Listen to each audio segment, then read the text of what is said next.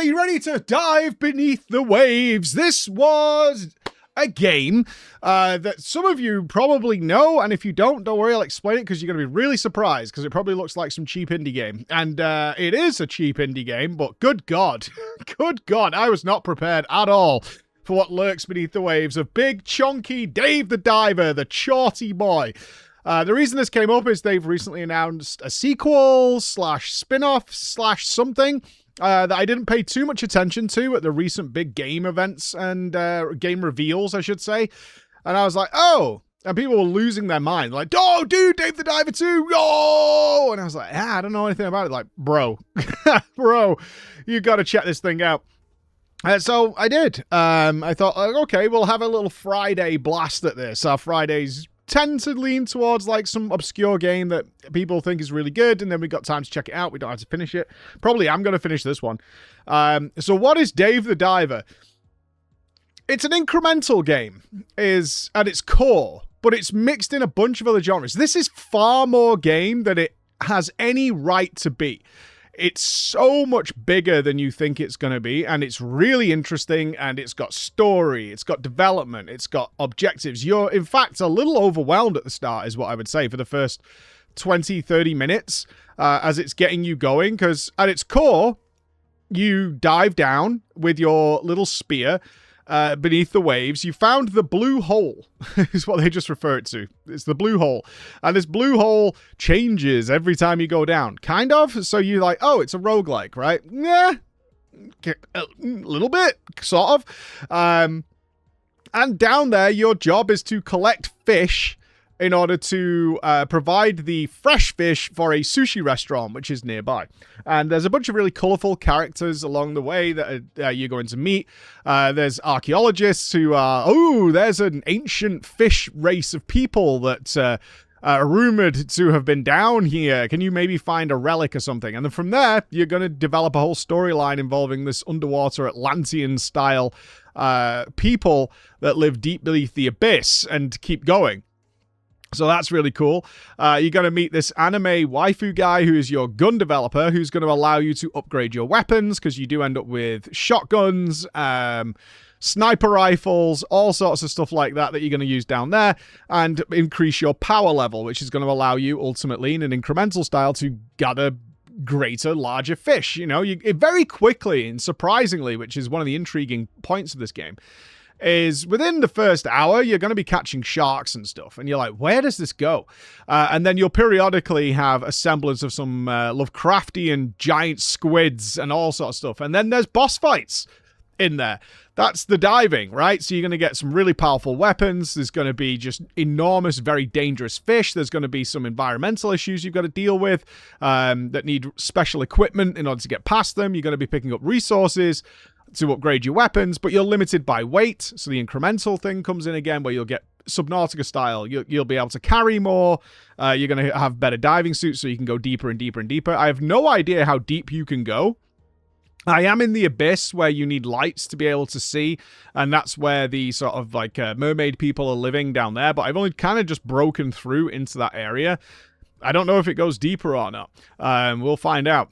But at the end of the day, that then gets broken up by the sushi restaurant, where Dave is the host / server at the sushi restaurant, where you are running and managing a business, as well as providing excellent service for your customers to earn money.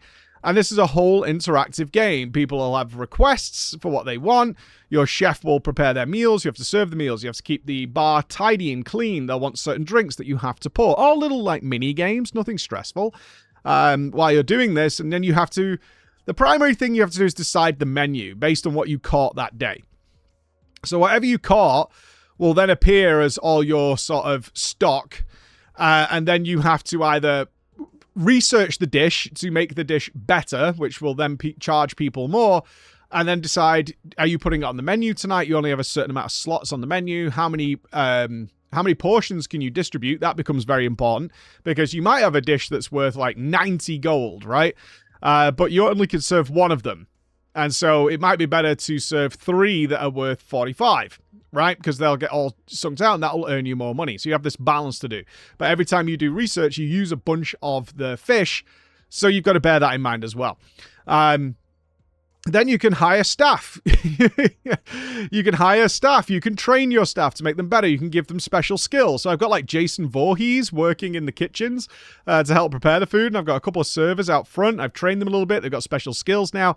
And ultimately, they will sort of start taking over, which is great, the minutiae of running the restaurant. And there's a lot of that in here, which is quality of life improvements as the game goes on to keep you interested.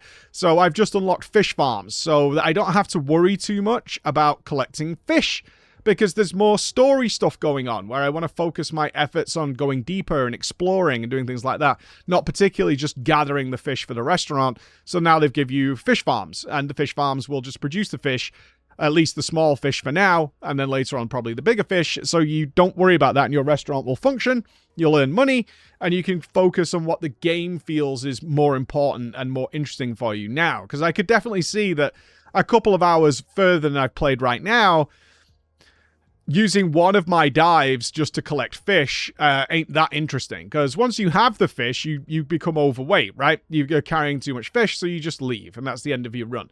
One thing that is spectacularly designed about this game is the variation of your dives. I really think this was such a clever touch. Often when you're doing some sort of incremental game, the timer or allowance for you to be in a level to gather resources is always limited, because that provides an upgrade path. You can spend longer here now. You will die less. You have more HP. You do all that kind of stuff. Dave the Diver leans kind of away from that pretty early on. Depending on what your mission is, you can be underwater for a really long time. And then sometimes you'll be underwater for just a couple of minutes, depending on what you want to do. Now, this does take away the value of what I just talked about, which is upgrading oxygen supply and things like that, because frankly, that's not much of an issue. Down beneath the waves, there's lots of pickups and crates and RNG spawns, but pretty regular. So the point is, you feel like you can find one if you just go looking for it, of oxygen refills, which will completely refill your oxygen, allowing you to stay down for ages and ages and ages. And because they do a full refill, you don't really need to take it straight away. Like, you might be at half oxygen, see a refill and be like, okay, I can chill around this area, explore some things, and then I can come and top that up. You know, giving me a massive 50% extra time rather than just grabbing it there and then. There's also emergency evacuation pods. So if you're really deep down, you're not as concerned like you would be in, say, Subnautica with getting back to the surface, right? So you've got to bear in mind, the deeper down you go, the more difficulty you're going to have getting back to the surface. There's likely to be an escape pod somewhere. And I talked about the roguelike design earlier. From what I can see, that only really affects like the shallow areas. Once I go deeper and deeper, they seem pretty preset. Like, I very much kind of know my way around, and I know where the escape pods are going to be, so I can sort of predict where I want to go and do various things like that. So that provides this really fun experience of like, oh, I'm going to use this dive to explore. I have lots of time to do that. I need to do this mission, or I need to go and find this thing. That's fine too. Or do I just want to use this opportunity to maybe collect a bunch of a certain type of fish so I can massively upgrade it? Let's say I want to capture like 4 sharks. I could do that in a couple of minutes and be out. All good. And you can make variations as you go down. But on top of that, near enough every mission, and I played for, I don't know, 6-7 hours, something like that, gives you something new to do. Very, very, very rarely do I not have an objective when I go beneath the waves, to the point of I want to focus on fish and not do objectives. Is a choice you make, because there's always something you can do. You might be trying to build a translator so you can speak to the Atlantean people, or perhaps you want to find this new weapon upgrade or blueprint or something along those lines. Whatever your objective is always there in the background, and you kind of have to choose, which I think is really nice, to be like, oh, you know what, I'm just going to kind of focus on gaining some money and getting fish, and I can do that pretty quickly. See the way it balances out? It's really nice. Like, oh, I want money. That can be done really, really quickly. Or do I want to do objectives, which is more of an invested run? And now they've introduced night dives, where the creatures are far more dangerous. They're much more aggressive. But you can find much rarer and more valuable fish if you do that. But there's a counter to that, in that if you night dive, you're not at the restaurant. So you lose a portion of your time that you can earn money by going down there, but you have found some rarer fish and things along those lines. So those are choices that you can make. The only criticism I have right now, and I really mean this, The only criticism is that there's a very obvious way of managing your fish when you open the restaurant. Choosing the menu every time you go back to do the restaurant can feel a little tedious. Like, it's fine that you upgrade the dishes, but choosing the menu, one thing I didn't realize when I first did it is you have to choose how many portions you're going to serve. Now, the reason for this is that the chef will prepare those dishes. And as such, if some of them don't get sold, they get thrown away. So that makes sense.